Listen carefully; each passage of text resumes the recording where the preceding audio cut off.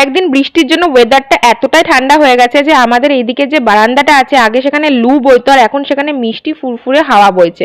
আজকে লাঞ্চের জন্য মামুনি বানাচ্ছে হচ্ছে পুঁই শাকের চচ্চড়ি সমস্ত রকম সবজি দিয়ে। প্রথমে দেখলে মনে হয় অনেকটা হয়ে গেছে, কিন্তু এটাই কিন্তু রান্না হতে হতে অল্প পরিমাণ হয়ে যায়। তারপরে আজকে হবে হচ্ছে মাটনের কষা। আর এইদিকে দেখো আমাদের বাড়ির যে পাশের বাড়িটা, তাদের পেছনের দিকে অনেক বড় বড় গাছ আছে, বাগান আছে, সেখানে দেখছি সুন্দর এঁচড় ধরেছে অনেকগুলো, পরে এগুলোই পাকলে হবে কাঁঠাল। তাছাড়াও প্রচুর আমও ধরেছে, যেটা আমাদের বাড়ির ছাদ থেকে দেখা যায়।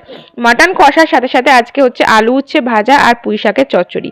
আমি মুখে লাগিয়ে নিয়েছিলাম একটা ট্যান ক্লিনার, এটা লাগানোর পর স্ক্রাব করে দিলে মুখটা বেশ ফ্রেশ লাগে।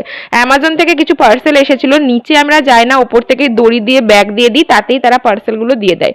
এই হচ্ছে মটনের একদম লাল লাল ঝোল। এটা দিয়ে লাঞ্চটা তো জমে গিয়েছিল। বাইরে এখনো কিন্তু টিপটাপ করে বৃষ্টি পড়ছে। তবে এই বৃষ্টির দুপুরেও আমার ঘুমের কোনো উপায় নেই, কারণ তোজোর সাথে সারা দুপুর জেগে থাকতে হয়।